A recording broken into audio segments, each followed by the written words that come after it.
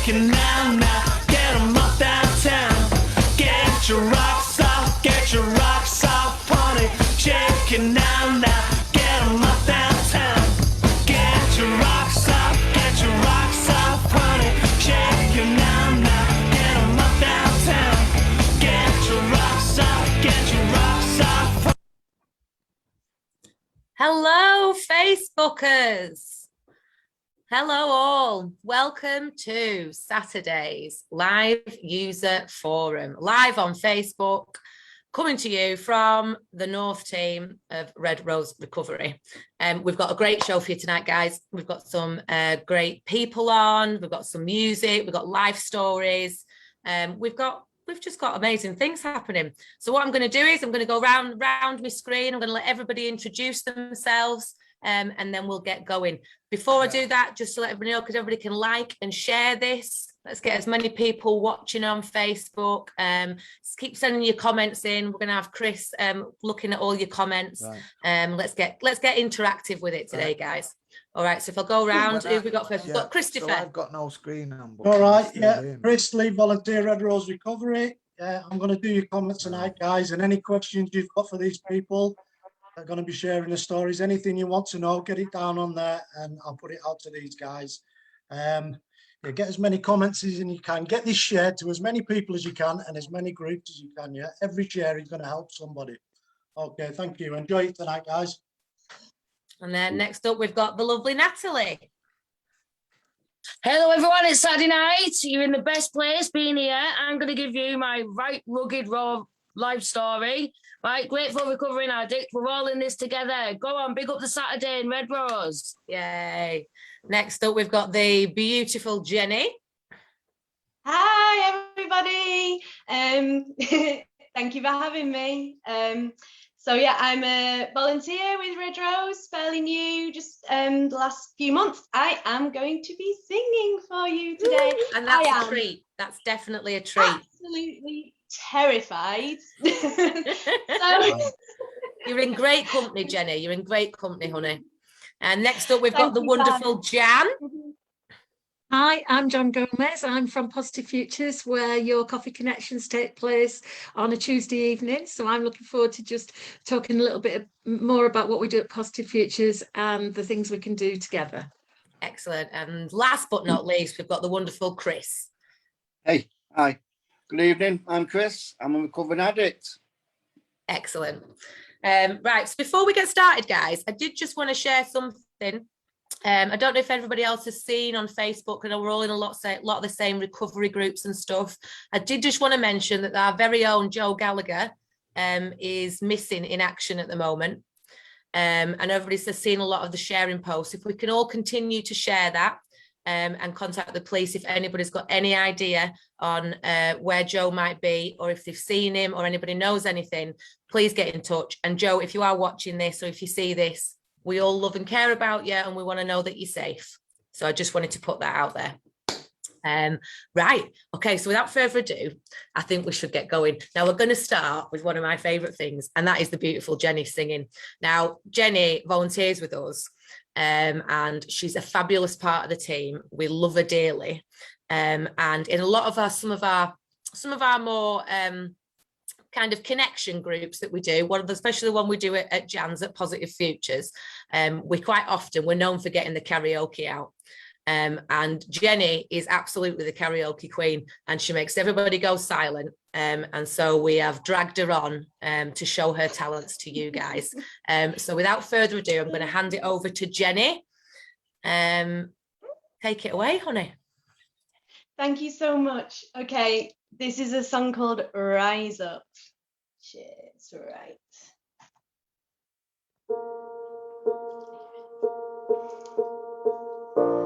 You're broken down and tired, living life on a merry-go-round, and you can't find the fighter, but I see it in you, so we gon' walk it out.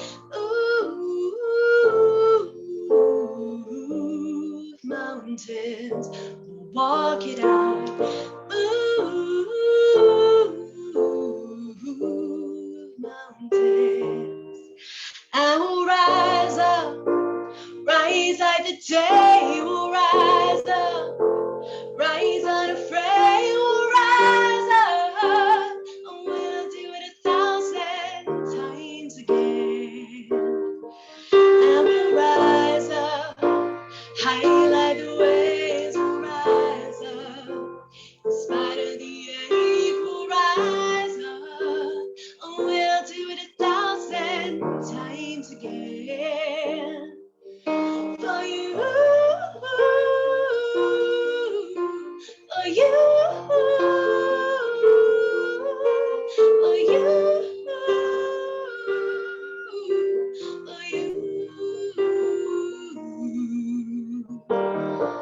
When the silence isn't quiet and you feel like it's getting harder to breathe, well, I know you feel like dying, but I promise you, I'll bring the world to its feet. Ooh, mountains, bring it to its feet.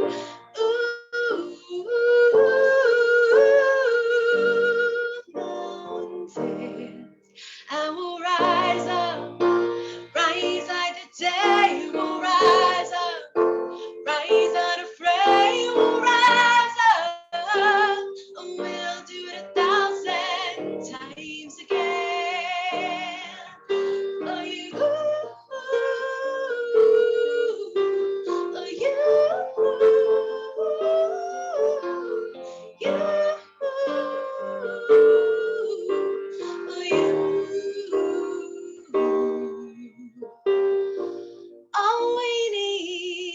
all we need is hope. And that we have each other. And that we have each other. We will rise, we will rise, we will rise, we will rise.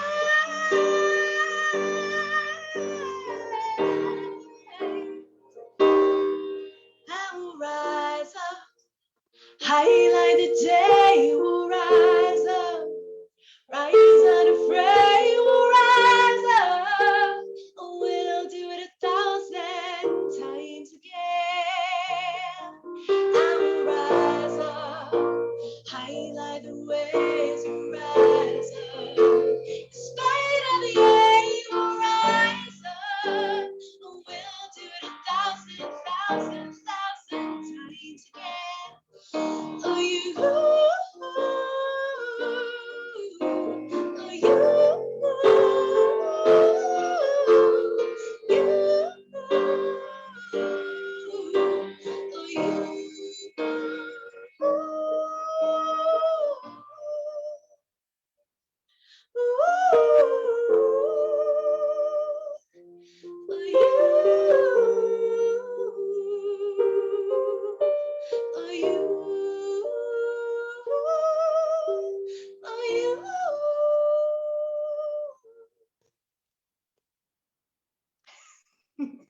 Thank you.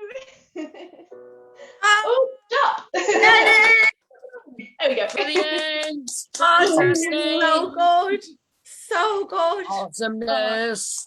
Honestly, right, you did not know you were nervous, and I was meant to be like tracking the comments there, but I got so distracted just listening. I was like, oh, you just take me into a different place. You really do. Thank you so much. I was like, Jenny, honestly, I just don't think you realise how good you are. I really don't. There was so many comments coming in. Chris, have you been keeping track of those? I hope. Some of them, but I was mesmerised as well. I think everybody else was. They were just pressing that love art button all the way through. Yeah. You made Zosia's night. She said that was her favourite song. So you made someone very happy. I give a shout out to Jeanette Gerard, David Thompson, Shez, Oliver Max watching, Jonathan Chapman, Chazza Pitchard. Our Lindsay Jackson's on tonight watching. Barb says you got a lovely voice, and Jeanette says there were positive lyrics, and wow, it was fantastic. Well done. Yeah, I'm seeing some of the other comments here. I've got literally a voice of an angel. Beautiful opening song, absolutely beautiful. Oh, loads and loads of love coming through for you, Jen. Oh, thank Absolutely you so loads. much. Yeah, I wanted to do that song because I think the lyrics are really relevant to recovery, and all we need is hope, and for that we have each other. Can't do it alone. That's what we like, Jen. Amazing. Thank you so much. Right, again, everybody, keep liking, keep sharing. We want to get this out to as many different people as we possibly can. Keep your comments coming in. We'll read, you know, as long as Chris is actually doing his job. He's not even looking at me now. I don't even know if he thinks he knows I'm talking about him. Hopefully we can get as many as we can read out. If you've got any questions, you've got anything that you want to know, put it down there. It is interactive, guys. You know, we do this for you, you know, so to try and get some connection going on. So anything that you want to say, anything, any shout outs or anything that you want, just get commenting and get liking and sharing. Right, so we'll come to our next guest. We love this guest at Red Rose. We love this person. It's the very beautiful Jan Gomez. We work alongside Jan as much as we can. They do great works at Positive Futures. And she's kindly enough, she lets us hire a room from her on a Tuesday night. So if anybody's been to our Tuesday night group, it's because of Jan that we get to do that. It's a great space down there. And I know everybody that comes to the group, you know, loves it. And that's not just because we have free curry. Although it does help. The free biscuits and the free food does help, I won't lie. I like to think it's because of my sparkling personality and wit that people turn up, but I don't think that's necessarily true. I think it is to do with the food. So without further ado, I shall hand over to Jan. Hi everybody, it's so good to be on actually. I mean, it's such a positive environment, it's brilliant. I remember when Red Rose in the first lockdown, gosh, going back to March 2020 with Positive Futures, at the same time we were all going live, and you know, we were learning so much about going live, and it's so lovely that it still happens now. One of the reasons I won't be able to stay on too late tonight is because we started as a family, because we're scattered all over the place because of COVID. We go live with a family quiz every Saturday, and quite interesting, during that time we've had babies born and all sorts of things, so we have to do it early now because babies have to be bathed and put to bed. So I will sort of be sneaking off after, but thank you for the invitation. Sarah actually said it there. I love working with you guys. We've always got on. I've known Dave Hyam for many years. No, who am I talking? No, I'm talking about Peter Yarwood. Gosh, wrong thing, isn't it? Gosh, ignore what I just said there. Peter, because I've not worked with, why could I say that? I don't know. Anyway, that'll give you a laugh. But I've worked with Peter on and off for years and years, and I've got to say, he's always just full of ideas, and this partnership thing he's as obsessed as I am with partnership work. So lockdown changed everything for a lot of us, and then Lindsay, who I already knew, brought Sarah in and brought Chris in, and this team of, you know, excitable, full of life, wanting to help everybody came in, and, you know, could we use the room one evening? And I thought, why would you say no to somebody like that? At the end of that song, I mean, that song was just so beautiful, something that was said about hope and hope in recovery. Well, I really believe, because we really work to help people improve their mental health and well-being, and help people self-manage more. And that's self-managing, knowing that support's always behind you. And when I first speak to people, I always say, if there's no hope, you know, you've got to have hope in life to actually want to move forward. And so that was really important. And yeah, this gang that comes in quite regularly for their paninis, especially Chris for his toasted sandwich, you just, as I say, couldn't say no. Wonderful. How much they care, and we've worked together already. We have social work students on placement. One of them's been down to you. Gosh, that's changed her life because she knew nothing about recovery, and when she asked me about it, I said, go and ask the professionals, and so they've learnt loads. Your Tuesday nights, I mean, you've got 15 regulars. You should be so proud of that. So guys, if you didn't know about it, and I'm sure Sarah and Chris have told you loads about it, and Lindsay, so Positive Futures, 7 till 9. Is it 7 till 9? Yeah, on a Tuesday. And go down there. It's such a safe place. It's a comfortable place. The boiler's not working at the moment, so it's being serviced next week because you're going to need heat on at that time of night, and it'll be a lovely and warm place. So Positive Futures is open to everybody, very much like Red Rose. We do not label people, so we don't say, oh, you've got to have a mental health problem. But let's be honest, most people have mental health issues, even if it's not a diagnosis, even if it's just one day you feel low or you feel stressed. So we open 5 days a week. However, we are going to be opening more evenings, and one of them, I've spoke to Sarah, we could probably have quite a lot more people coming in on a Tuesday, and we're going to be working with North West Ambulance Service and the police for people that, you know, are ringing up and saying, I can't cope with life.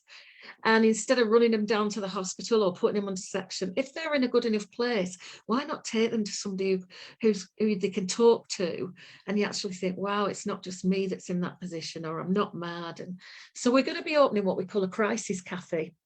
I'm not sure that'll be the name eventually, but it's going to be the name of the project, because it's not just happening in Lancaster. We're the Lancaster people. It's going to be happening in Barrow, it's going to be happening in Preston, and one other place, and I can't remember where that is. So basically we'll work evenings, it's the day, the evenings, some weekends, and the idea is a lot of people go into A&E because they just, it's like, where can I get help? And the idea is, I tell you what, come to us for help. People will say, jump in a car, get on a bus, they'll meet you at the bus stop, they'll walk into town and meet you, go and have a brew, have some toast, have a cake, whatever it is. And we'll start talking to people and putting an action plan together. So that's in its infancy. It actually started on the 1st of September, but that's just in the planning stage, and we'll go live on the 1st of October. But I've spoken to Sarah briefly about it, about including your Tuesday nights in that. So I hope people that are just feeling lonely at home and thinking they might pick up will actually think to themselves, actually, I've just found out there's somewhere I can go and have that talk with somebody that understands, that peer-led support. So all of the cafe will be based on peer-led support. So we're going to invite you in on any of the nights you want to come in, because people might come in and, yeah, they might have a mental health issue, but that might mean they drink more or they want to drink. And so that's our crisis cafe, and I can tell you a lot more about that. But on a Monday to Friday at the moment, which is what we're open at the moment, we do loads of things. So I'll go through a typical week. I am so passionate about people improving their lives, sharing their lives with the right people. Because if you look back in your lives, guys, and you think, were they really friends? I always say, surround yourself with the people you want to be like. So I'm so lucky to actually work at Positive Futures. So on a Monday, we have the cafe room has a friendship sort of circle where you can come and sit in these lovely comfy chairs. And besides that, we have positive literacy going on, which is just so funny, and everybody gets a big smile out of it. And then in the other room, which is our training room, and for any of you guys that have been on the Tuesday night, it's the room without the cafe, that gets turned into a gym. So some people don't want to go to a gym for different reasons, for body image. They don't want the pressure of somebody putting, you know, you've got to do this, you've got to do that. Lots of reasons you don't want to go to a gym. We have trained up 5 people that have had issues in life, barriers in life, to become fitness instructors. And then we've got a whole load of equipment. And you know, it was lovely on Friday, there was only a couple of people in. And Andrew, who's one of the fitness instructors, is so kind, and he was just adapting everything for these guys. And the other thing is, you know, he's saying to them, somebody was saying, oh, I've got a really sore elbow. And he said, well, I'll tell you what you need to do about that. So you get all this help. So that's our gym. And we also do that on a Friday afternoon. And we call that gym buddies, because they really are your buddies. They will go through your fitness regime, whatever it is, they can help you with that. And then Tuesday, oh, wow, Tuesdays is, and I use these words because I think, why shouldn't we? It's absolutely bonkers. It's brilliantly bonkers. We have a crafting and chat group in the morning. There's a lot more chatting goes than crafting, but they come up with some amazing things. And I always imagine all these things on people's walls. And then in the afternoon, we have a drama group. And both of those groups, well, all our groups can be, but those 2 groups specifically, a mixed ability. So we've got people in recovery, we've got people with mental health issues, we've got people who struggle because they're isolated, and then we've got people with learning disabilities. And honestly, you cannot not come out of there feeling good. And we're just about to put on a performance called the Musical Circus. And, you know, I'm not saying we're very musical, because on a Monday afternoon, we also have something called Singing for Fun. And we can't say you learn to sing, because actually sometimes I think if the people who wrote the songs actually heard us, they might take us to court. But do you know what? We love it, and we laugh and we joke, and it doesn't matter what you sound like. You've got to come out with that feel-good factor. So we do drama, and then on Tuesday night the guys have got their group 7 till 9, and we always get quite excited that we know it's going to be open again and people coming in and benefiting from that space, because nobody was using that space. Actually, Sarah came at the right time, because we're now going to be using the space a lot more. So she said yeah, and you know, we just said go for it, and it's, you know, we're just glad it's being used. Wednesday, again, it's a great day.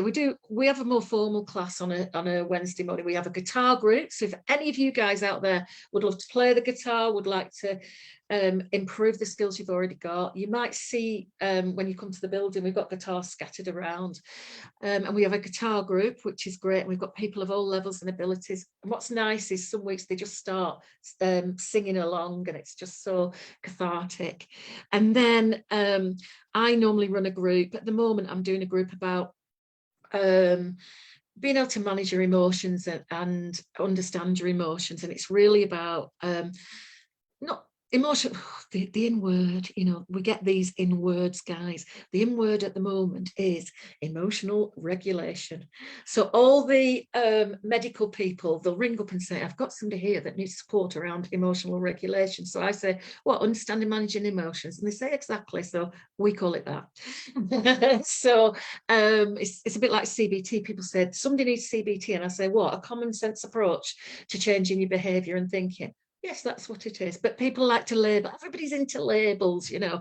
So on a Wednesday, I work at helping people to build emotional resilience so they can bounce back easier and try and get that inner critic out of the head. Because that inner critic, once it gets in there, gosh, can't it tie you in knots? So I do that on a Wednesday morning. And then a Wednesday afternoon, again, fantastically, brilliantly bonkers group called Tittle Tattle. And they put the world to rights. In fact, it's a shame Donald Trump is not still in office, which I never thought I'd say. It's because the whole first hour used to be taken up with what should happen to him and how bad a person he was. So that was quite interesting. And then they do bingo and quizzes. And actually, 42 people that are connected with either Tittle Tattle or other groups are all going to Chester Zoo on Wednesday. So they organise trips and they're looking forward to that. They can't wait. And then we've got on Thursday. Now Thursday is all art. And if you are creative and want to improve your art or start from the beginning, the most wonderful local artist called Graham Lowe runs painting and drawing, and if you Google him, you'll see some of the things he's done. Near me, he's got an art exhibition on at the moment, and he will teach you from scratch. And years ago, this is when Walter Lyon House was a rehab, and I'm talking about over 10 years ago now, probably 12 years ago. I used to work there running an education program, and he worked with the guys there, and the program, the stuff they produced and the things that they did, and it was all about recovery as well. So, you know, he's such a talented man, and he really understands mental health well. So it's a lovely group. He puts classical music on in the background, and then he will just teach you the most amazing skills. And then Friday, again, I run a group. This is more about understanding your behaviour and challenging people and actually deciding who you want to be. And is it that you want to change or other people are forcing you to change? So it's all about more awareness. And then in the afternoon, we have the gym again. We have a quiz. We have a knit and nurture group. And I love it because, honestly, somebody can come in for a toasted sandwich, say like Chris, and somebody will say, do you want me to teach you how to crochet? And before we know it, somebody's thinking, and they've got this thing hanging, you know, all these things. It amazes me how many people are doing scarves at the moment because they can only do one stitch and they can't cast off. So I love it. These long scarves are being made. So that really is our timetable, but in that as well, we've got mentors and we have lots of mentoring going on. Sometimes somebody come in and say, I don't really want to be in this space, it's too busy. So we'll say, right, let's go walk along the canal. So we see people immediately. We've got we have talking therapies going on. Now, I do need to say, we don't get any central funding at the moment, so we can't offer much for free. However, if money is a barrier to somebody, if that group is already running, I'm not going to say, oh, you can't go in there because you can't pay the fees, but we normally charge about £3 or £3.50 for a group, which the way I look at it, isn't it? It's one of them coffees, isn't it, from Costa or somewhere. The reason I say it's one of those coffees, because I've never had a cup of coffee or a cup of tea in my life. Can you believe that? At some stage I should try one. It's just because I've never done it. I don't know, I'd cope with a hot drink, you know, and I'm always rushing, so I'd be spilling it. So, but money, you should never think, I can't go to Positive Futures because of that. And you know, the mix of people, everybody's so safe. You say as little or as much as you want. Our therapist is the most amazing person. I honestly believe, and she will be retiring in the next couple of years, but I honestly believe she could solve the problems of the world. She's so experienced. She's a wonderful lady. And then, as you know, we've got the space. So if ever you guys out there want to meet up with one of the volunteers, you're struggling and you want to meet with Sarah or Chris or Lindsay and everybody else, because forgive me, I don't know everybody, you know, you could come to Positive Futures and the guys can book one of the rooms if you want to be private, because sometimes you do, you just want that private space. And Sarah and Lindsay and gang know that if that room's available, you can have that private space and, you know, you've got somewhere nice to be. So we do loads of things and we're always open to other things. In the past, we've done cooking on a budget, which I know Sarah's quite interested in perhaps doing again. And we work in partnership with lots of people, but I think I'm very precious about my partnership with the gang. And as you know, I've got so much trust in you that any help that we think we need, we contact you straight away. So as a community, I can't thank you enough. And I think the other thing is when we can say, look at this, or go and look at the website, or look at somebody's testimonial and tell them all about it, it makes a big difference, because as you will all know at the beginning of your journeys, and whether it's mental health and dependency, you know, you can't even imagine where your journey will take you, and it's just so scary. And I just feel absolutely privileged that the people I work with are happy for me to be let into their lives. So we're there for you, we're open all the time. And honestly, just come and sit in a chair and people watch. You'll never have so much fun because everybody is just so welcoming. And we'd love to see more of you. And we certainly are going to get more involved with Sarah and Lindsay and Chris and everybody with the cafe that's going on, because I think you're going to sort of be our experts by experience around recovery, aren't you? We're hoping, if you're still happy to do that, we need to have that meeting. And, you know, if some of your volunteers want to sort of base themselves in the evenings at our place, so if somebody comes in, they want to talk, there's loads we can do. And also, if ever you guys think, do you know, I wish this was going on in Lancaster, then talk to Sarah, because if it's viable and we can find the space, which is the hardest thing, you know, if we got like that afternoon free or something, let us know, because if it's something that's going to work for you, then we'll try and find you the space. At the moment, the only space we really have is evening and weekends. So guys, I talk like a racehorse commentator. I could go on and on forever, but all it is with me is I just love the fact that we can continually learn, change and evolve. And by doing that, we've got such stories to tell. So keep going and keep supporting one another. And hopefully I'll get to know a lot more of you. Is that all right, Sarah? Oh, Jan, amazing. Thank you so much, Jan, for coming on. I think everybody from listening to that must be able to realise now why we get so excited about working with Jan. You know, she's got such passion for what she does. She cares so much. And honestly, believe me when I say it is the truth. If you go down there, you will never feel so welcomed, you know. And honestly, we spend most of our dinner times down there. You know, like she was saying before, you know, we go down, we get a little bit of dinner and none of us want to leave. You know, the community spirit down there is really, really beautiful to see. It is, you know, but it's not just that, you know, we love this partnership working, and we, you know, and I think Jan shares that. idealistic view, you know, that we kind of have as well, you know, in that, you know, if we all work together, you know, if we all have that same idea of, do you know what, we want to help people, you know, that's why we do these jobs. That's why we're involved, you know, in these things that are going on in our communities. We're involved because, you know, a lot of us have been there ourselves. You know, we've been in those dark places, you know, we've been in that situation where we feel like, you know, we've got nowhere to turn. You know, we know what that's like, you know, and somebody reached out and helped us. You know, you can't do this sort of stuff alone. You can't.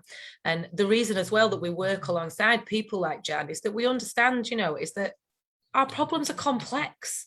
You know, it's not always just one thing. You know, nobody, you know, very rarely somebody walks in and they've got, you know, I've got an addiction issue and that's all it is. You know, it's, you know, we've got mental health thrown in there as well. We've got trauma, you know, there's all sorts of different things. You know, we can be struggling with housing, just feeding ourselves, you know, taking care of kids, all kinds of different issues, you know, and it's not one size fits all. And by working in, you know, in partnership with, you know, wonderful people that have the same sort of viewpoint, like Jan, like the guys at Positive Futures, you know, hopefully, you know, if it's something we can't help you with, we know who can, you know, and if we all do it together, you know, we've all got a better chance of recovery. And that's what we're here for. You know, we want recovery. We want people to be living better, more positive lives, you know, because we know what it's like to not feel, you know, like you're part of the world and not feel like you want to be here, you know, and we don't want that for anybody else. We want you to know that there's a way out of that. Yeah, so thank you so much, Jan. We think you're amazing. Chris, I would imagine that the comments here are going mad. Yeah, and they're all right. Lovely lady, wonderful lady, fantastic lady. There's plenty of love for you, Jan. Lindsay's been on saying, you know, part of her recovery was coming to see you, and it helped her out a lot.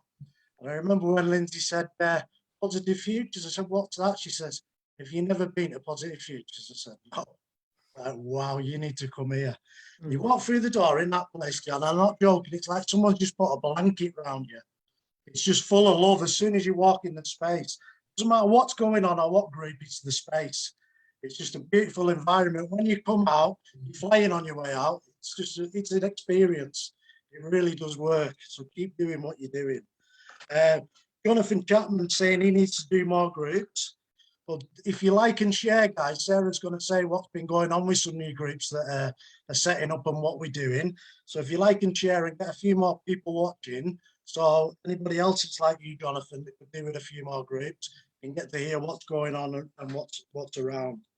That's about a bit apart from Lindsay said the food's banging, and yeah, it is. The food is awesome. Yeah, I can absolutely agree with that. The food is banging.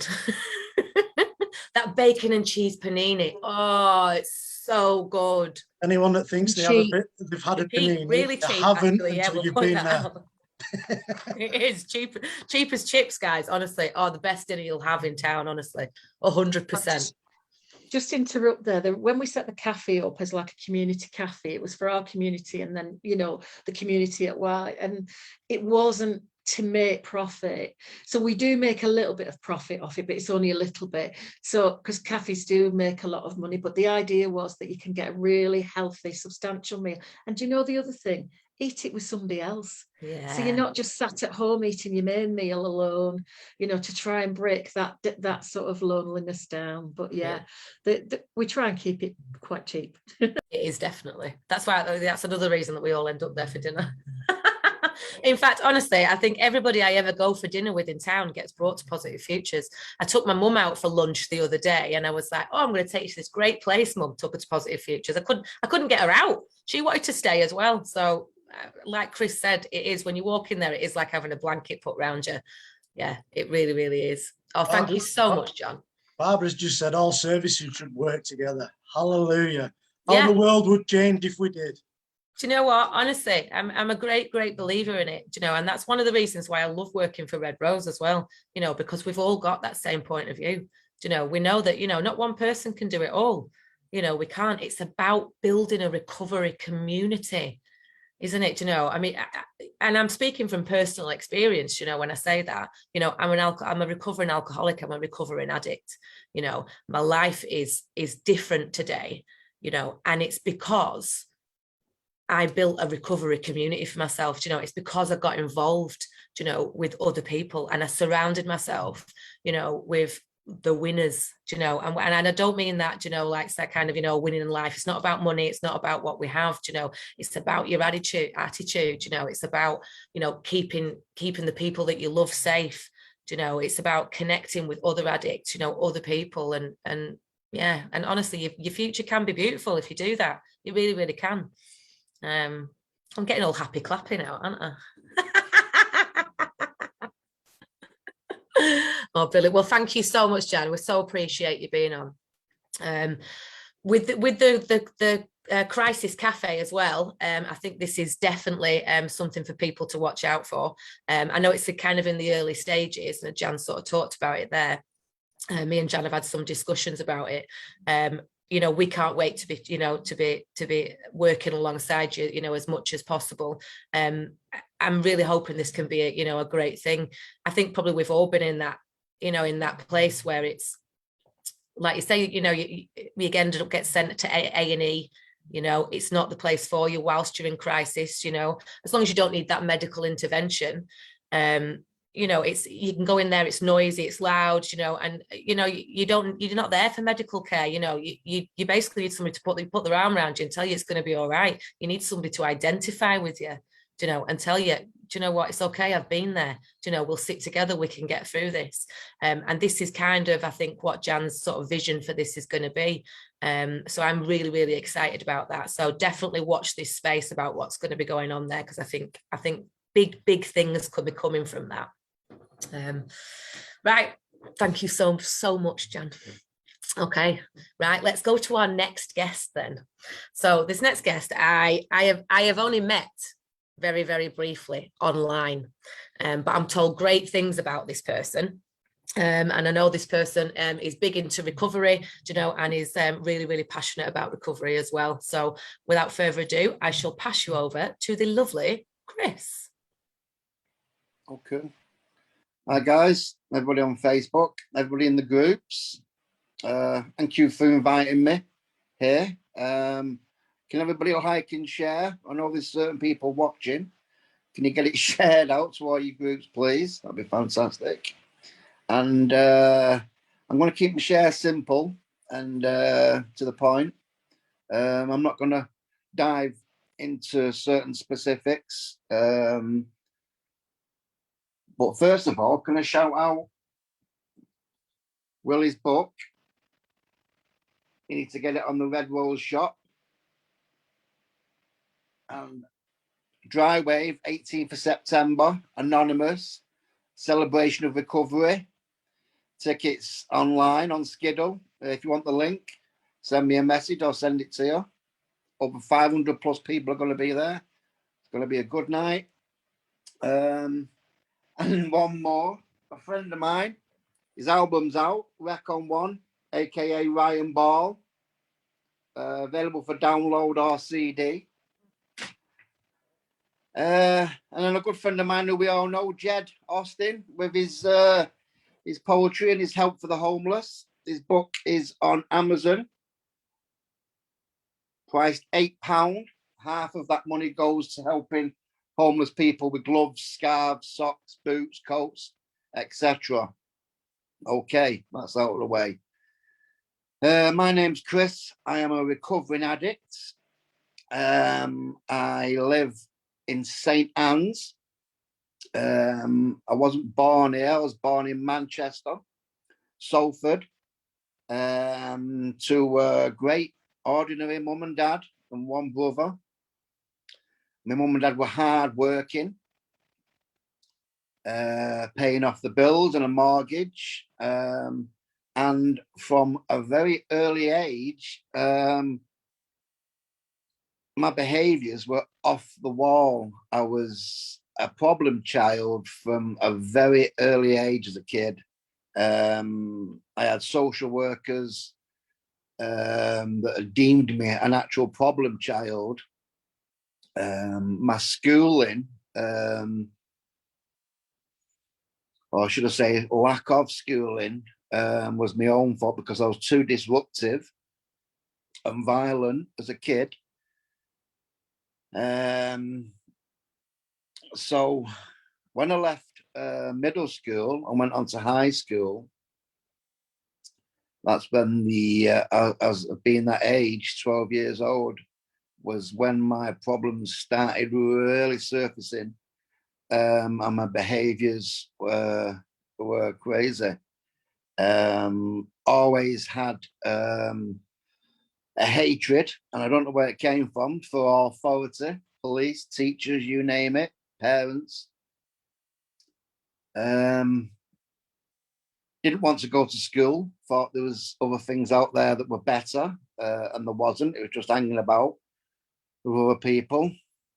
But I thought I was missing out on something, so I immediately sacked school off, never went to it. I was expelled at the beginning of the second year for assaulting the PE teacher. And then I was like, and that's when the wheels came off, and I was like a chameleon. I would try and fit in with anybody that I thought was okay. I would try and fit in, and I would go to extreme measures to fit in, where, you know, I would dress like them, you know, I would take on their behaviors, I would speak like them, and do the things that they were into, because I thought that they liked me for it, you know. It was never easy making friends. And that's how my life progressed all through my life. I was just, different parts of my life, I just changed into different people. You know, and then as I got a little bit older, I got into crime. I thought, yeah, I can do this. I'm a criminal, you know, and all my friends were criminals. But really, you know, we were just folks on the street knocking about, doing what teenagers do. And, you know, we'd smoke weed, and we'd drink cider, and all the normal stuff that, you know, that kids do. And then, you know, that quickly progressed into all kinds of crime. And the person that I was at the time, like everybody, like the people I was hanging around with, you know, it was like trying to make a name for yourself. What name? I do not know. But that was how we lived, and that gangs of lads, and violence and fighting and crime. And I enjoyed it. I loved it as it was happening. You know, I spent most of my my young years, you know, locked up in children's homes and secure units, detention centres, youth offenders institutions. I've lost count how many times I've been to prison. Lost count. I couldn't remember if you asked me. And I enjoyed that at the time. I thrived off it. And then as time went on, you know, I'd get longer and longer sentences, and yet still enjoying it. It wasn't until my early 20s that I really touched heroin and crack. And then that was just it. I was just off and running with it. Smoked heroin to start with, like everybody usually does. Smoked crack. Never got the never really liked crack, although I got to like it. But my behaviours was totally off the wall. I mean, there's a lot of things that I'm not going to discuss because I don't like these Zoom meetings. I'd rather sit down with people and share in a room with people. So forgive me if I sound a bit nervous, and waffle a little bit. But yeah, addicted to drugs most of my life, one drug or another. And I took it to the extremes, you know. As I got older, I got, you know, I started injecting drugs, crack, heroin, OD'd many times. dealing it like most of us do. You know, we deal it, and I can remember one specific night, and this was many years later. I mean, I'm skipping right ahead here. You know, I was injecting myself, and I was crying at the same time because I didn't want to use. I didn't want to use it, but I had to. I couldn't stop. I had to use that to make myself feel normal. And I remember this distinctly. I was crying whilst I was injecting myself, saying to myself in my head, please, God, stop. Please, God, stop this. I need to stop. And I didn't know how. I didn't know how. I'd been sectioned off many times. Nobody even tried to address my mental illnesses. I had mental breakdowns. As we all know, it was a whirlwind of chaos and drama. And that was my life. I'm 52 today. I've been clean 11 years. So it took me a long, long time to get to this point where I'm at today, and it wasn't easy. And looking back at the work that I've done on myself, oh my God, as you know, as all addicts know, the destruction and chaos that we leave behind, it's unimaginable for the average person to understand. I'm not going to touch on things that I've done, but I wasn't just addicted to drugs. I was addicted to manipulation, power, control, women, violence, all kinds of things I was addicted to because it made me feel different about myself. Little did I know at the time, that I didn't know this at the time, as we don't, I'm trying to change how I feel and trying to fit in and that. And crazy. I went to many detoxes, lost count how many detoxes I went to. I'd get detoxed, I'd get clean, and be back out on the street, and I'd start again. But I only ever went to one rehabilitation centre where they opened my eyes to what I really suffered with, and I got it. I wanted it. I could see what I was getting this information that was given to me, these therapists, and I wanted it. I really, really wanted that. But I was still unsure that, I'm not going to get that. I'm not the sort of person that gets that, So I persevered, and I eventually got kicked out of the rehab after 49 days for my behaviours. I thought I was on my best behaviour there because I really wanted it. I thought I was on my best behaviour, but apparently I wasn't, and I got asked to leave. When I was leaving the rehab, I got my phone off the staff. I'd already got the dealer's number up on my screen. So I thought, right, I can either go left and go and see who's in the town centre, see if I can see anybody that I'd met at meetings, or I could take a right turn, get a taxi, get a train, get back to Manchester, score. I turned left, went and sat down outside a coffee shop, got a cup of coffee. Next thing I know, there was 10, 15 recovering addicts there that I'd met at various times at meetings through this rehab, and they just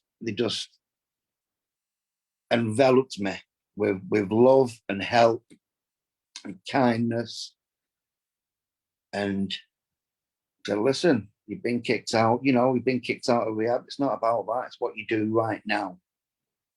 And all I had was a big bag of clothes, and that was it. I didn't know what I was doing. I had nowhere to live.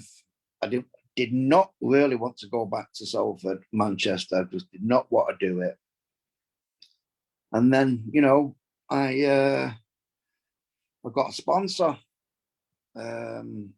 Started getting a better understanding of the 12 steps, how I work, and smashed meetings. I think I did 2 years of meetings every single night because I didn't have a life, you know. I needed these meetings. I needed to make new friends and get a better understanding of what the hell is this nonsense that I suffer with. And someone suggested, you know, do 90-90 back-to-back meetings. Well, I did 2 years of it. And I enjoyed it. Still do enjoy meetings. You know, I've had, you know, the sponsor at the time was everybody was so lovely and nice and kind, and it wasn't, I've never seen this before, really. People that was just like me, ex-thieves, ex-criminals, even met millionaires that were suffering with stuff like this, and pilots of planes and all kinds of people from all kinds of different walks of life with the same nonsense in their head that kicks about in my head. So I soon got an understanding of it, and the drugs weren't the problem anymore. I never got thoughts of using, fleeting thoughts. That was it. You know, it was about trying to find out who I am, you know, and deal with this, you know, and help others, you know. I mean, at one point, I think everybody goes through this. When I first got clean, I wanted to work in the services, go to college, be a therapist. That never worked out. I went to college though, you know, enjoyed it, got some qualifications. Yeah, life was good, clean, living, peaceful, not breaking the law, you know, not going around like a lunatic, no drama, no chaos. Everybody's happy. My parents were so pleased. You know, I never really appreciated my parents until I got clean and recovery. And then, you know, seeing I mean, Christ, what I put my parents through, unreal. Crazy. So today, anyway, I try and live my life as best as I can, and put the 12 steps into my everyday life. Some days it's easy, some days it's super easy. Some days I've got to put a bit more effort in, you know. I'm so grateful today that somebody was looking out for me, and I've got and I've got this life in recovery. You know, the real gifts of recovery is like seeing your children. I was a shit dad. I was hardly ever there because I was always in prison. You know, I was a shit son, I was a shit friend. But today it's not like that, you know.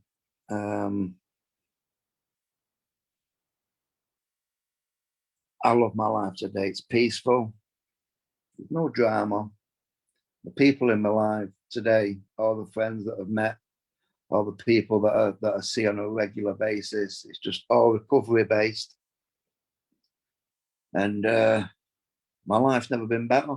You know, I'm not driving about in a Lamborghini. I've not got a big posh house, you know, but that sort of stuff doesn't interest me. My life today is a million miles away from the shit that I made for myself all them years ago. You know, I'm not one for blowing my own horn either. But I've done the steps. I've done the steps 3 times now. Did it the NA way. Took me 4 years to do it because I kept putting it off. Eventually did it. I did the AA way. You know, and now through my behaviours, through the lockdown, my behaviours have been a little bit off the wall. Not using nothing like that. Just angry, annoyed, and especially with neighbours. And so I thought I would do my AA 12 steps again from the beginning as a refresher course, because it's the only thing that works for me. 12 steps is the only thing that works for me. And I've tried everything. I've tried everything, you name it. Tried everything. Doesn't work. 12 steps works for me. That's it. I'm a 12-step recoverer. And that's the only thing that works for me. And, you know, today I just try and give back. I'm involved in quite a few things, you know, that help others. Try and give back. And I enjoy it. I love it. I thrive off it. If I can do anything, you know, for somebody, and to see the change in them, to see the light come on in their eyes, then that's job done for me, you know. That's all I want to do, really. And I'm going to leave it there. So I'm going to leave it there, guys. Thank you. Chris, amazing. Yes, Chris. Thank you so much. First of all, 11 years. Wow. I only hope, but one day at a time, do you know what I mean, that I can manage to get to 11 years. Do you know what? I identified with so much of what you shared there. 12 steps changed my life as well. I certainly wouldn't have, I mean, like you were saying, you know, it was one thing getting clean, wasn't it? Do you know what I mean? Sometimes I managed to get a week, a month, you know, a few days, whatever. Staying clean was an entirely different matter. Do you know, it wasn't just about the drugs. It was about me. Do you know, it was about what went on in my head. It was about my behaviors. It was about realizing that I was selfish, I was self-centered, and I was the problem. Do you know, I spent so long blaming the rest of the world, do you know, for my issues. And when I finally accepted that actually it was me that was the issue, do you know, and it was me that had to work on myself, do you know, that's when I found that recovery was possible. Do you know what, like the theme of the show tonight is hope. And if whatever place you're in, if you couldn't get hope from that share, then I don't know what you will get hope from. Because honestly, mate, I think you're an absolute prime example, do you know, of that recovery is possible. Do you know, doesn't matter where you've been, what your starting life was, you know, what you've been through, what it is you've done. Is never too late to turn your life around, and it can be done. Can, you know, it really can. Oh, this show tonight is making me so happy. It's making me giddy. And I'm sure we've had lots of comments. I kept seeing them. Yeah, we'll go back to hope, because I didn't have a hope in hell of keeping up with that lot, Chris. It was going mental. Lindsay says yes, the dirty gecko. So if anybody doesn't know who the dirty gecko, it is Chris's alias.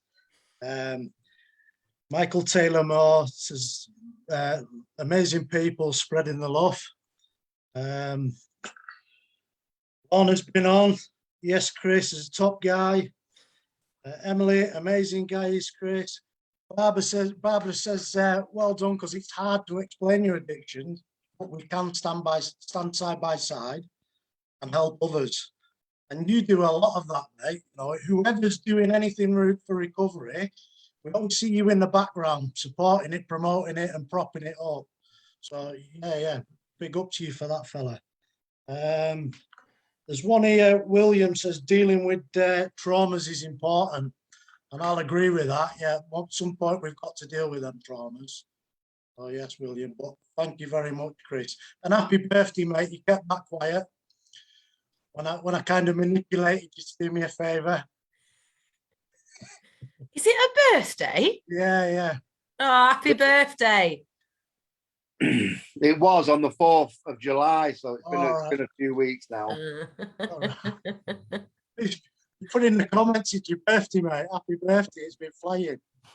So you have to, like the Queen. You deserve it. Cheers, mate. Yeah, brilliant stuff. Honestly, really, really amazing share, Chris. Thank you so much for coming on and sharing that. And do you know what, when you said to start with, do you know, you much prefer it in a room full of people, I get it. Do you know, I'm totally the same. I'm kind of over Zoom myself, you know, in a lot of ways. But if you all felt nerves there, nobody would, do you know what I mean? Nobody would have known. That was an absolutely cracking share, mate. Thank you so much. It's really, really appreciated. And me and Christopher Blanks here are going to be heading up to St Anne's hopefully next week. So it'd be really, really great to connect with you. Yeah, looking forward to it. Yeah, looking forward to it, mate. Thank you so much. Going on Friday, Sarah, aren't we? Friday, Friday. So any of you St Anne's, what? Oh, fantastic. Me and Chris will see you there on Friday. Excellent. Yeah, amazing. Oh, I really am loving the show. I hope that everybody is still liking and sharing, because you know what, I think this has been really powerful tonight, and we want as many people as possible to see this. You know, again, we're all in this together. You know, it's about reaching out. It's about reaching as many people as possible, you know, and letting everybody know that recovery is possible, whether it be from mental health, addictions, whatever it is, recovery is possible. So keep liking and sharing, guys. Right, I think it's about that time. Should we have another song? Yeah. What do you reckon? Should we have another song? I think we should. Yeah. Right. Is it me again? Yay. So with that, we'll turn it back over to the very beautiful purple-haired Jenny. Thank you. Repurpled today. The purple has been refreshed, Absolutely. especially for this event. Yeah, I just wanted to really quickly take the opportunity to say thank you to Chris for the really powerful share, an amazing journey and transformation, and also Jan as well. I think Positive Futures is an extraordinary organisation, and yeah, I just thought that compassion and empathy and passion for recovery really shone through in what she said. So yeah, I just wanted to show express my appreciation. Right, I'm going to get on with it. Okay, so this is Dreams by Fleetwood Mac. All right, you ready?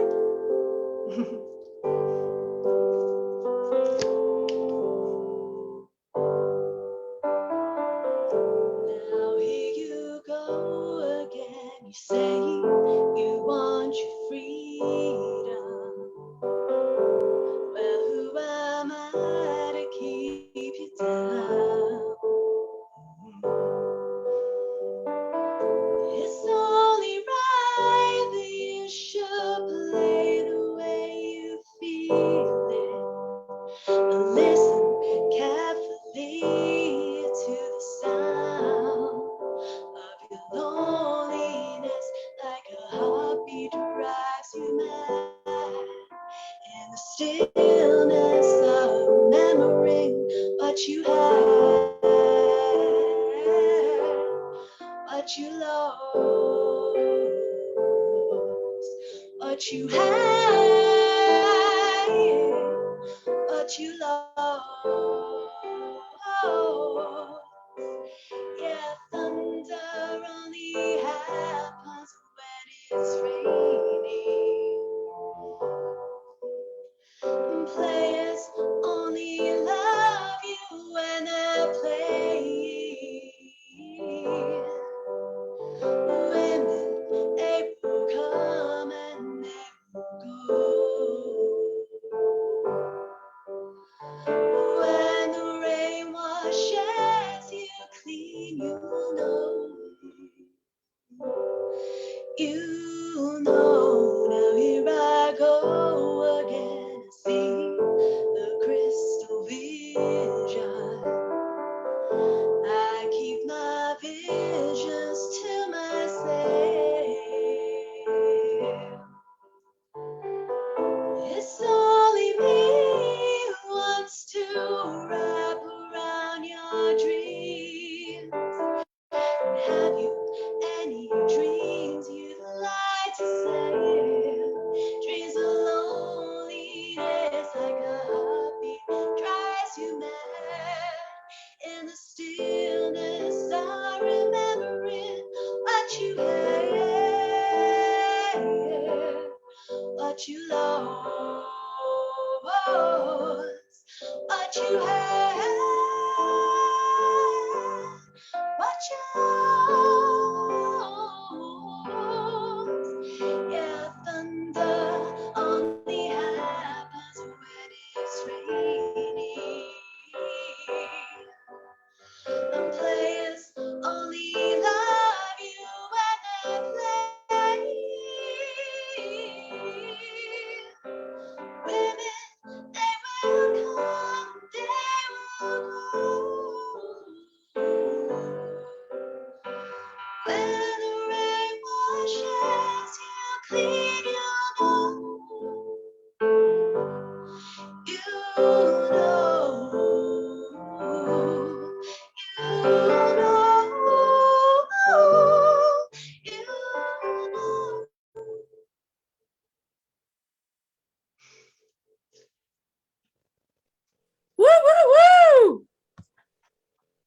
Wasn't quite Fantastic. sure where that last note was going. Oh, Jen, that was amazing. Thank You know what, right? I you. was just look down at my phone when I'm looking at the comments, and I've never seen so many love hearts. It was just like they were like raining, it's like raining love hearts. Oh, honestly, you've got such a beautiful voice, Jenny. It just makes my heart smile. It really does. Thank you. Well, that song was your fault, Sarah. After your Stevie Nicks is my spirit animal. Stevie comment. Nicks is my spirit animal. Use that, could I? Thanks, Oh, Jen. cheers. Mostly for me. What's going on with the comments, Chris? Well, not many, because you've got them under a spell like I was when you were singing that. But you've got Lindsay crying again. Yeah. So she found that emotional. That's just Lindsay. Oh. Barbara loves this song. We all love a bit of Stevie Nicks, Yeah. but I tell you what, you singing it's fantastic. Yeah, Um, amazing. Darren Again, Bird we've got says he loves his recovery family. We love you too, Darren, as well, mate.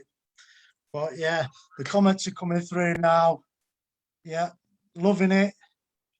Here's a box of tissues, Lindsay. Oh, that's good of you, Jonathan.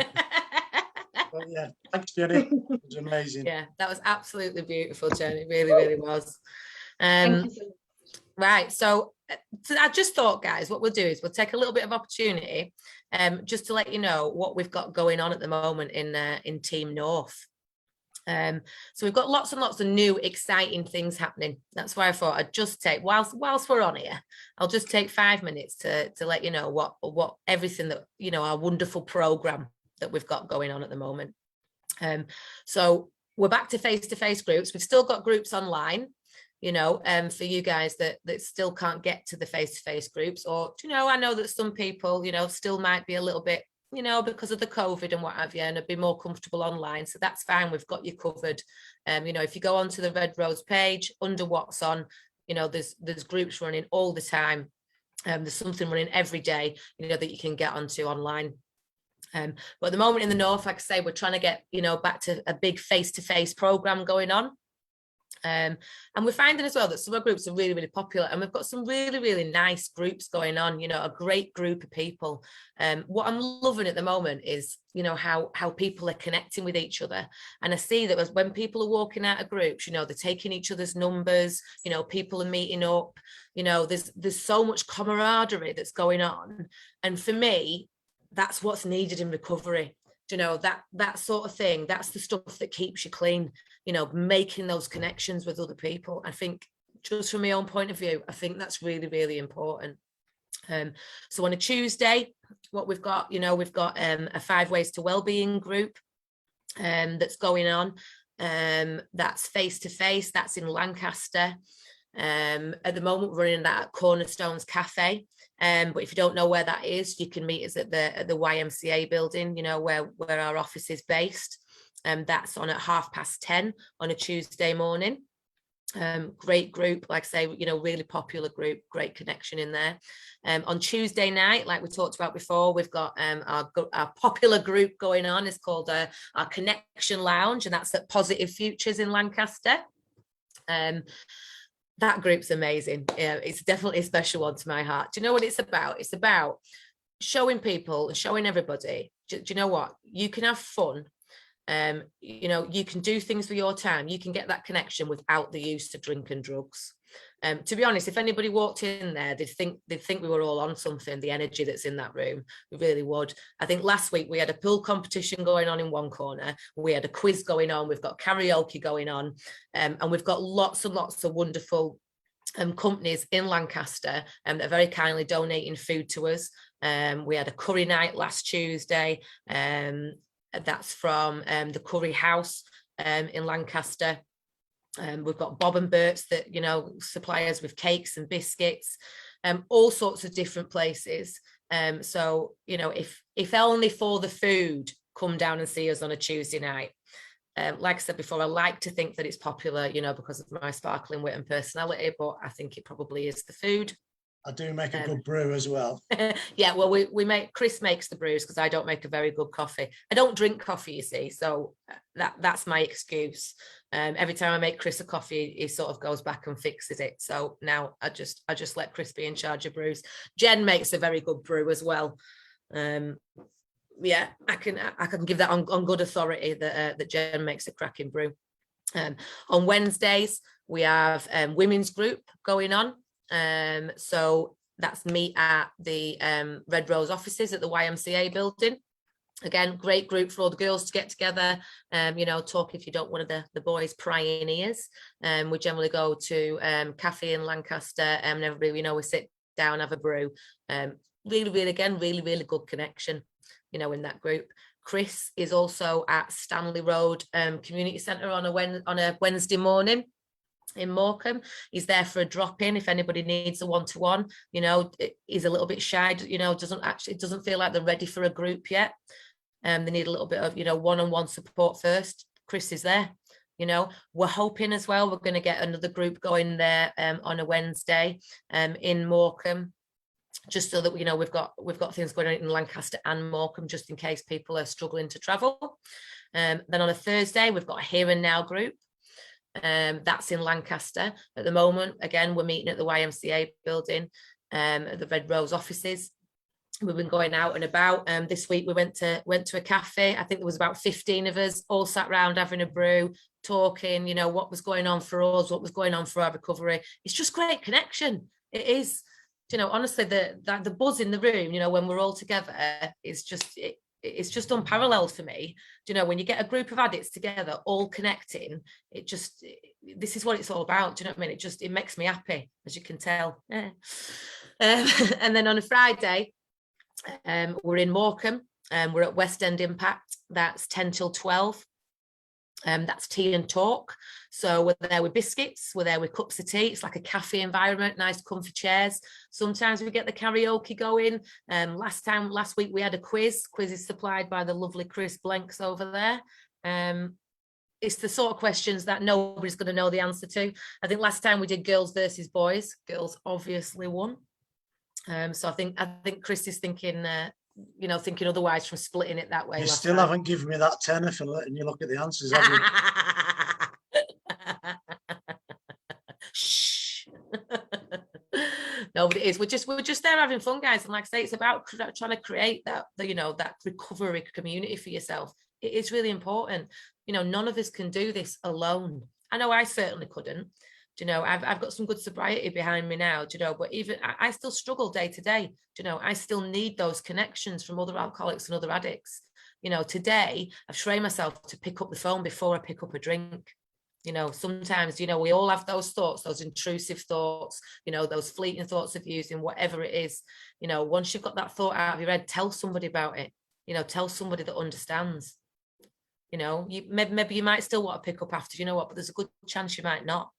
For me personally, once I've got that thought out of my head, half time it takes the power out of it. No, it does, really does. Try it. So yeah, as well, we've got some stuff going on at the gym at Salt Air. We've got some sessions running on a Monday afternoon and a Tuesday afternoon. So if anybody wants to get involved in them, you know, get in touch with me, Lynn, Chris, Jen, any of us that are on the team, you know, Bev, Rebecca, get in touch with any of us. We can give you the details for that. There's going to be an allotment project coming soon. And next week on Thursday, we're going to be giving back to the community. So we'll be putting more details about that out on Facebook and things on Monday. So what we're doing, we're going down to the Salvation Army in Morecambe. We're going to be doing a little gardening project there. They've got a bit of gardens and stuff where they grow, you know, they grow some fruit and veg and stuff, and they just need a bit of a helping hand with keeping on top of that. I think over COVID, you know, it's got a little bit overgrown. So this is what it's about. It's about giving back to our communities. You know, it's about getting involved. So any volunteers for that would be welcomed. Again, get in touch with me, anybody on the team, Bev, Rebecca, Chris, Lindsay, Jenny, you know, anybody, get in touch with us, you know, or Facebook, however it is, get in touch and get involved with us. We'll be there on Thursday helping out. And then after that, we'll be there once a month.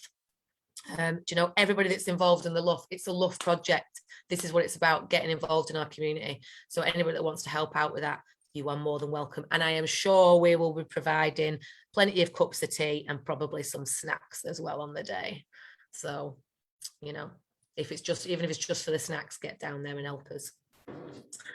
Is there anything else I've missed, Chris? I've just had a comment that says, let's grow Preston. And we've grown slowly, but we've managed to do it because we've got some beautiful people that have offered their time to volunteer, to help us set up groups, to help us run groups. So if you wanted to grow Preston, people of Preston, you know, go and see about volunteering.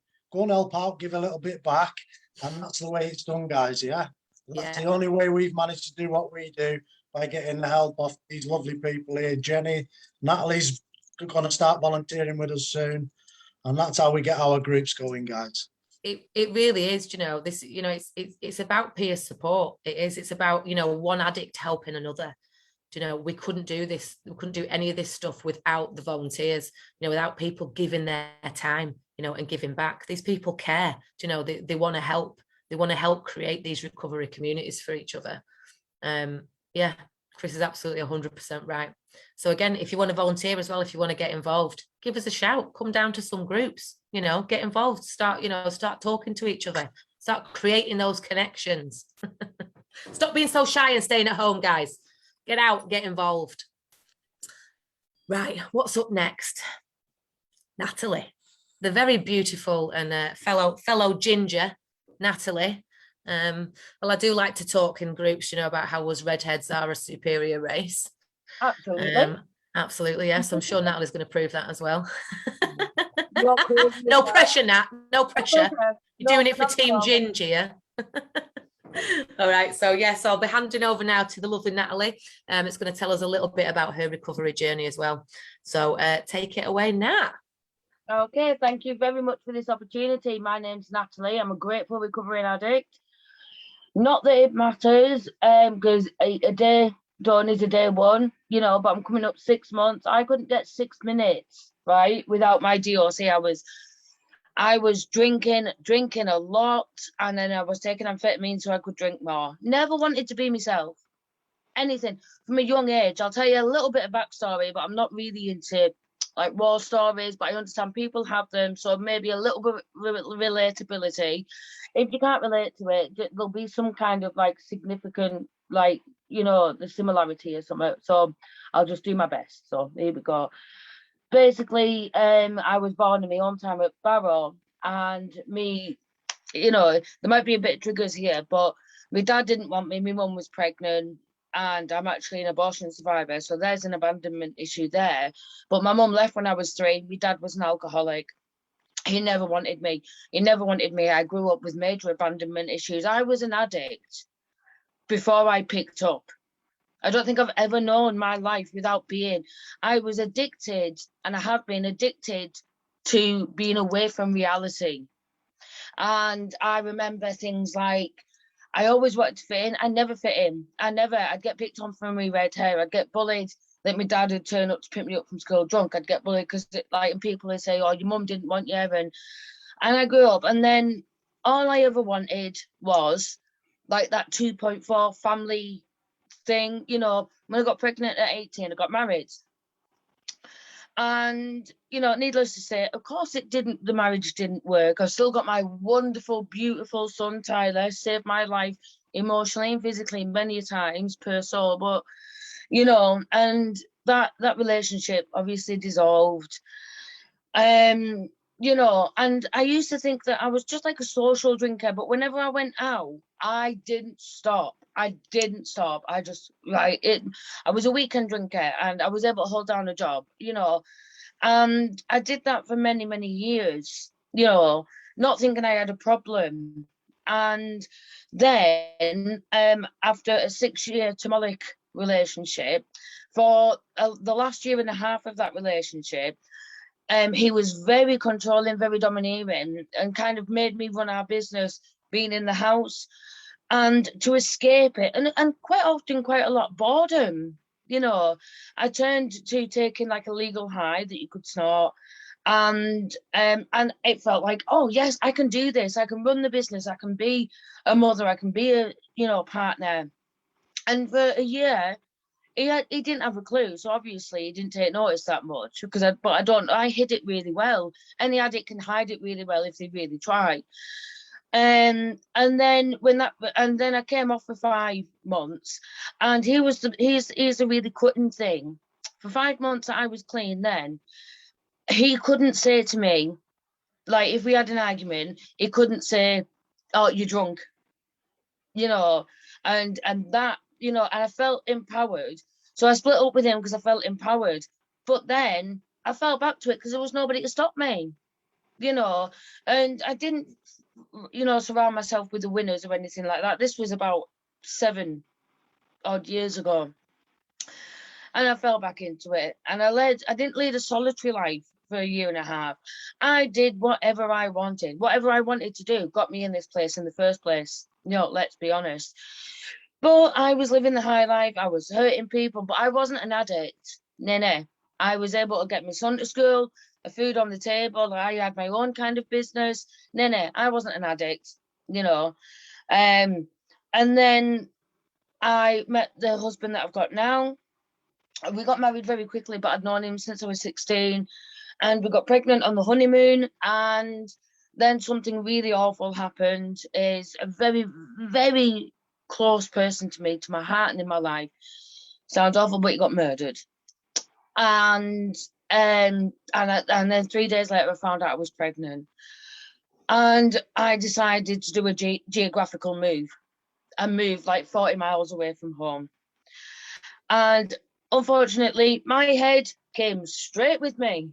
You know, it came with me, and I was pregnant. I was hormonal, and to my everlasting shame, but I did tell my midwife I stopped drinking, but then I started using speed as well. You know, I thought that was acceptable because my midwife knew. You know, we tell ourselves, we justify all these things all the time. You know, who are we convincing ourselves? And the other thing I've found as well is, once we've convinced ourselves, we do our damnedness to convince everybody else into our thinking. That hurt a lot of people, including myself. Anyway, 1.5 years after my son was born and I was still using, I lost my mum 3 and a bit years ago. At 49, she drank herself to death. And I visited her in the hospital. My mum and I's relationship, we only met her when I was 16. She was the first person to get me drunk, give me weed, give me an ecstasy. So not exactly a mother-daughter relationship. But in over the years that she wasn't present in me growing up, I had this calculation in my head. She's a famous rock star. She's this, she's that. She's, you know, a bit like Tracy Beaker. If you're old enough to remember Tracy Beaker, I'm really sorry to make you feel old, right? But very, very much on that aspect. So when she died and I saw her in the hospital, she was yellow. She was unconscious. And she died at 3 a.m. And at the time, when I got the phone call, because I'd only been there 2 hours earlier till 1 o'clock, and then I had to get some sleep. And I got a phone call 3 a.m. She died. And I just remember answering the phone going, right, okay, went back to sleep. And my father-in-law, my husband, drove from my hometown back to where we lived. And I slept in the car. And for two days solid, I slept. I didn't use, I didn't drink, I just slept.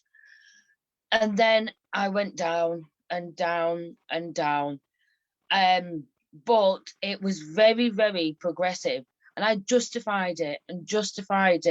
And I had this, if you had my life, you'd be drinking too. If you'd gone through what I'd gone through, you'd be drinking too. No, you're an addict. But I never identified as an addict because I owned my own house. My husband worked. I had my children, you know, and everything like that. Realizing, you know, what I'd actually, and I will tell you the worst thing, and the epiphany moment was for a year August gone, so a year ago. And my son, my eldest, was 13 at the time. He would be 14 in September. And he'd got himself in some trouble with like local family gang kind of thing, and he'd offended one of them. So I took him round so he could apologise. Oh, talk about trying to teach your children to tell the truth, bit me in the ass, because he turned around and went, yeah, she is fat. She does wear glasses. I thought, oh my God, you're making this worse. To my everlasting shame again, I hit him. It got caught on video as well. That's the kind of people these were. but I hit him. The police got involved, and I realised then I had a problem. I really did have a problem. But I was the one who set everything in motion. And you know, we got through the Christmas and that. And in March just gone, I went into a detox and I was in rehab for 14 weeks. Rehab isn't for the faint-hearted, right? Twice I wanted to leave. It was difficult because I had all this stuff being like, literally the only way I can describe it, not like verbal vomit. You ever see those like magicians who pull like scarf after scarf tied up round your bloody out the throat, and you think, can they bring any more out? That's what it was like with these people with emotions and feelings and owning what you'd done. And I still argued with them, like, God knows what, right? And they kept, and then they would come in different colours. And the first time I had a feeling, I thought I was hungry. I had no idea what it was. Like that, what is it? You know, I must be hungry. Do I need the bathroom or something? Bloody hell, you know. And, you know, they say that the best thing to happen in recovery is you get your emotions and feelings back. The worst thing in recovery is you get your emotions and feelings back, you know. But anyway, I came out, you know, and I'm nearly 6 months clean. It ain't no picnic. It isn't a picnic. And I can't do it by myself, but we can, you know. And one thing that I would say is I've never felt part of something the way I do now in recovery. Like when I was younger, about 18, 19, I got a job just because I wanted to fit in, and I was more caring about if my toenails matched other people's toenails than actually doing the job. You know, silly things like that. I had this idea that I'm going to get married and I'm going to be 2 I wanted to be like everyone else. And then I didn't want to be like, and I wanted to be unique, just like everybody else. Right? I got these piercings and everything. I wanted to stand out. And in my addiction, I stood up majorly for the wrong reasons.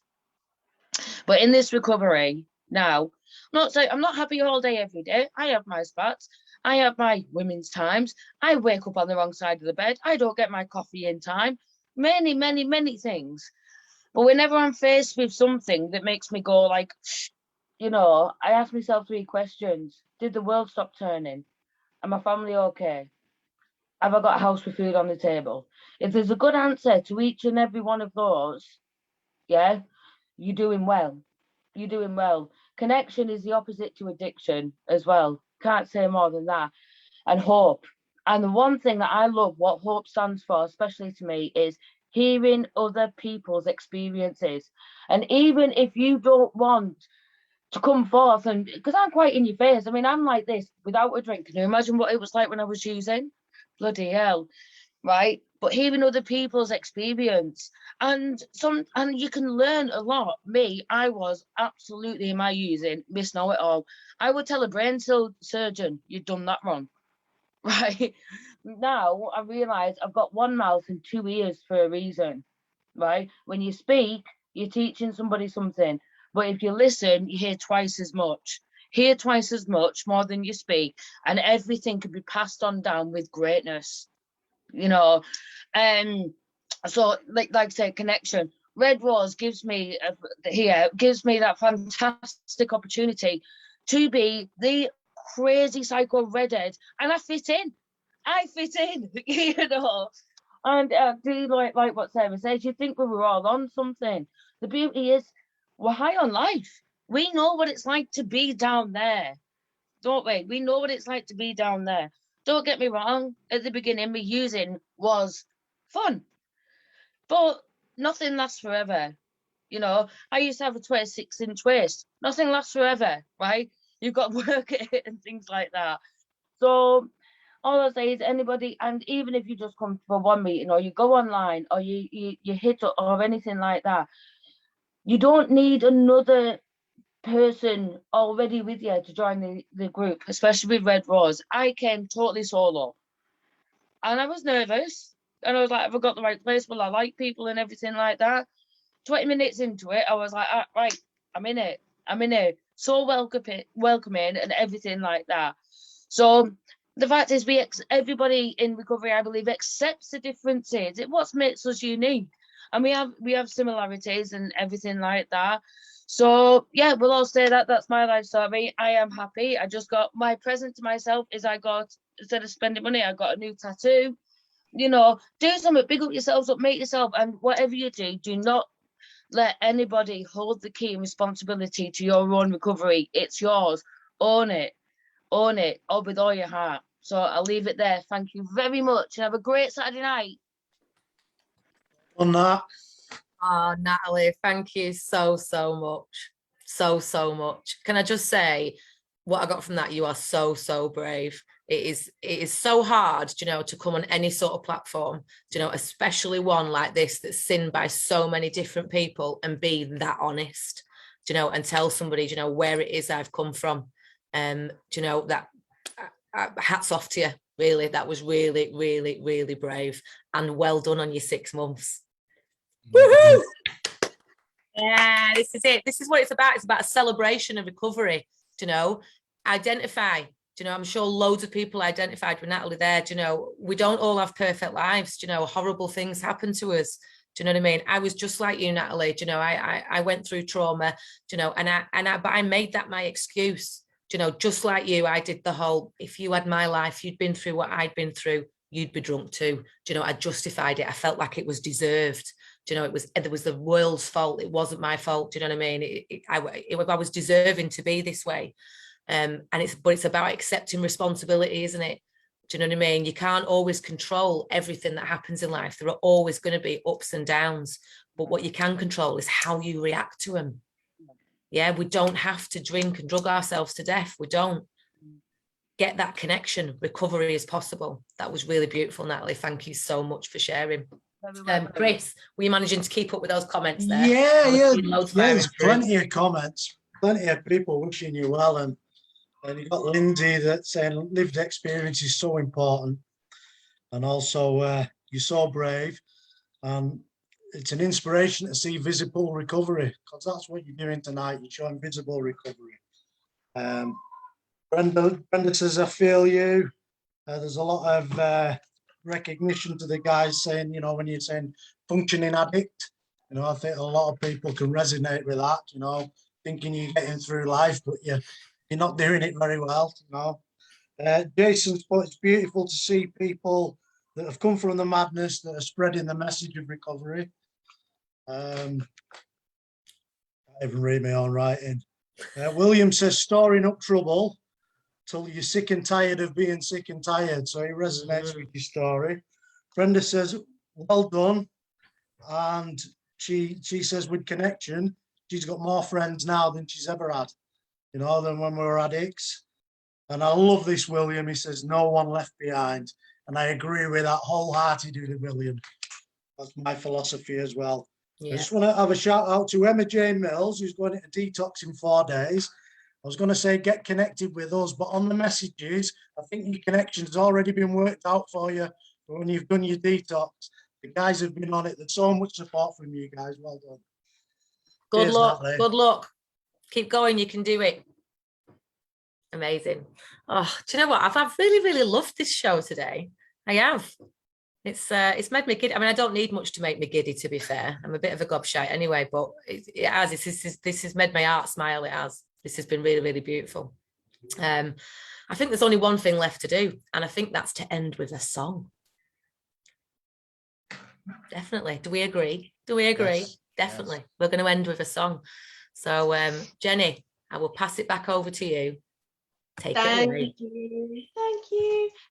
Yeah, I just wanted to say to Natalie, thank you so much for sharing your story. It was full of wisdom and insight, and I loved listening to it. And it's been such a privilege to get to know Natalie, crazy Natalie, over the last couple of months. And the same goes for Sarah and Chris and Lindsay and Rebecca. I feel so grateful to have you all in my life. So thank you. Right, the last song is again one that we've chosen because the lyrics are sort of meaningful. So it's sung from the point of view of someone who's kind of a misfit and an outcast from society. And it's all kind of about sort of standing strong and being who you are in the face of society, a society that might judge you or stigmatize you. So yeah, I hope the words have resonate with people. All right, so this is Me from The Greatest Showman. Okay.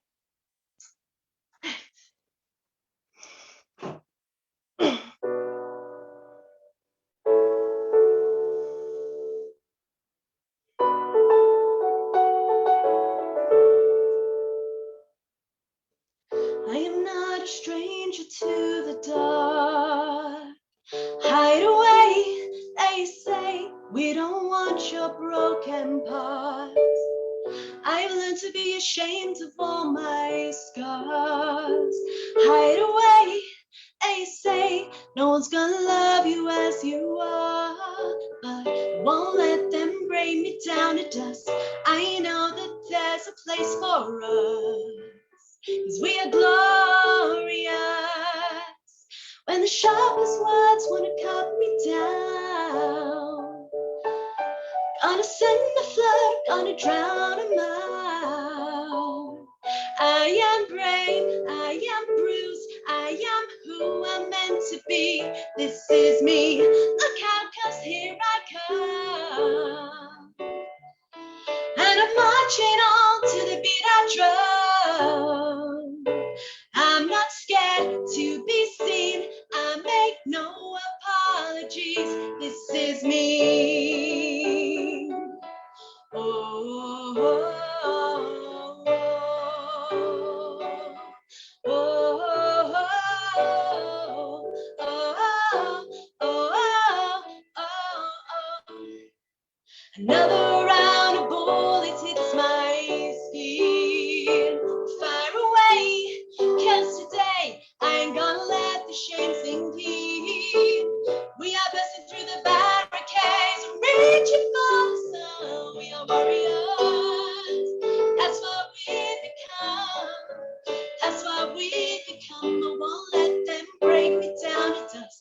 I know that there's a place for us, 'cause we are glorious.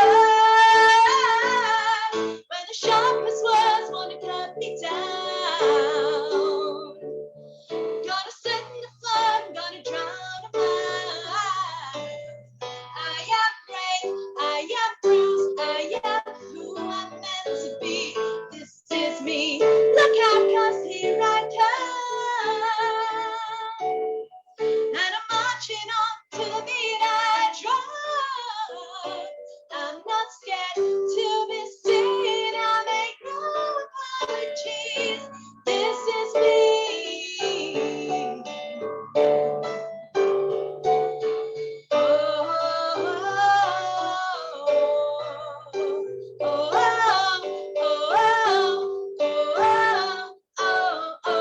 This is me.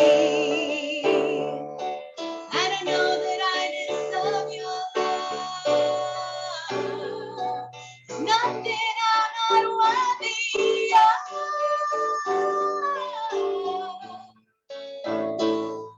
And the sharpest words wanna cut me down, gonna send the flood, gonna drown 'em out. This is brave, this is proof I am who I'm meant to be. This is me, look out, 'cause here I come. And I'm marching on to the beat I drum. I'm not scared to be seen, I make no apologies. This is me.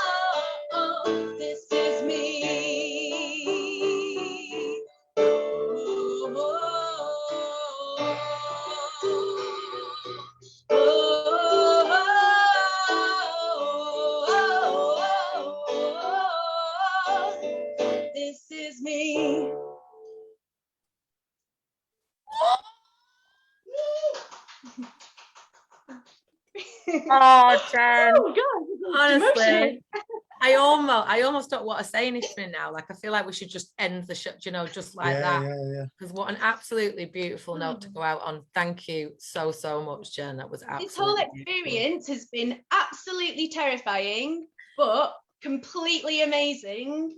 I love you all so much. Oh, thank you so much, Jen. That was Thank awesome. you. Thank you for the So much opportunity. love for that. I saw so many comments coming through. Yeah. Words like goosebumps. Oh. And smashed it. Absolutely amazing voices, Jeanette. And I'm pretty sure Lindsay's sobbing away somewhere at the minute. Yes, she is. Oh, this is beautiful. Thank you so much, Jen. Right, I just want to say a massive thank you to everybody that's been on tonight, everybody that's shared their experiences, Jan Gomez as well, beautiful Jenny, for giving us such beautiful music. And thanks everybody for commenting and liking and sharing and getting involved. Keep liking and sharing it. You know, let's you know, even after it's ended, let's keep getting it out there. Let's keep spreading that message of recovery. And happiness and love and joy and all that other good stuff. So thanks so much, everybody, for getting involved, and have a wonderful rest of your Saturday night. We're gonna leave it there. Thank you so much, guys. Bye, guys. Bye. Enjoy the rest of your weekend. Bye.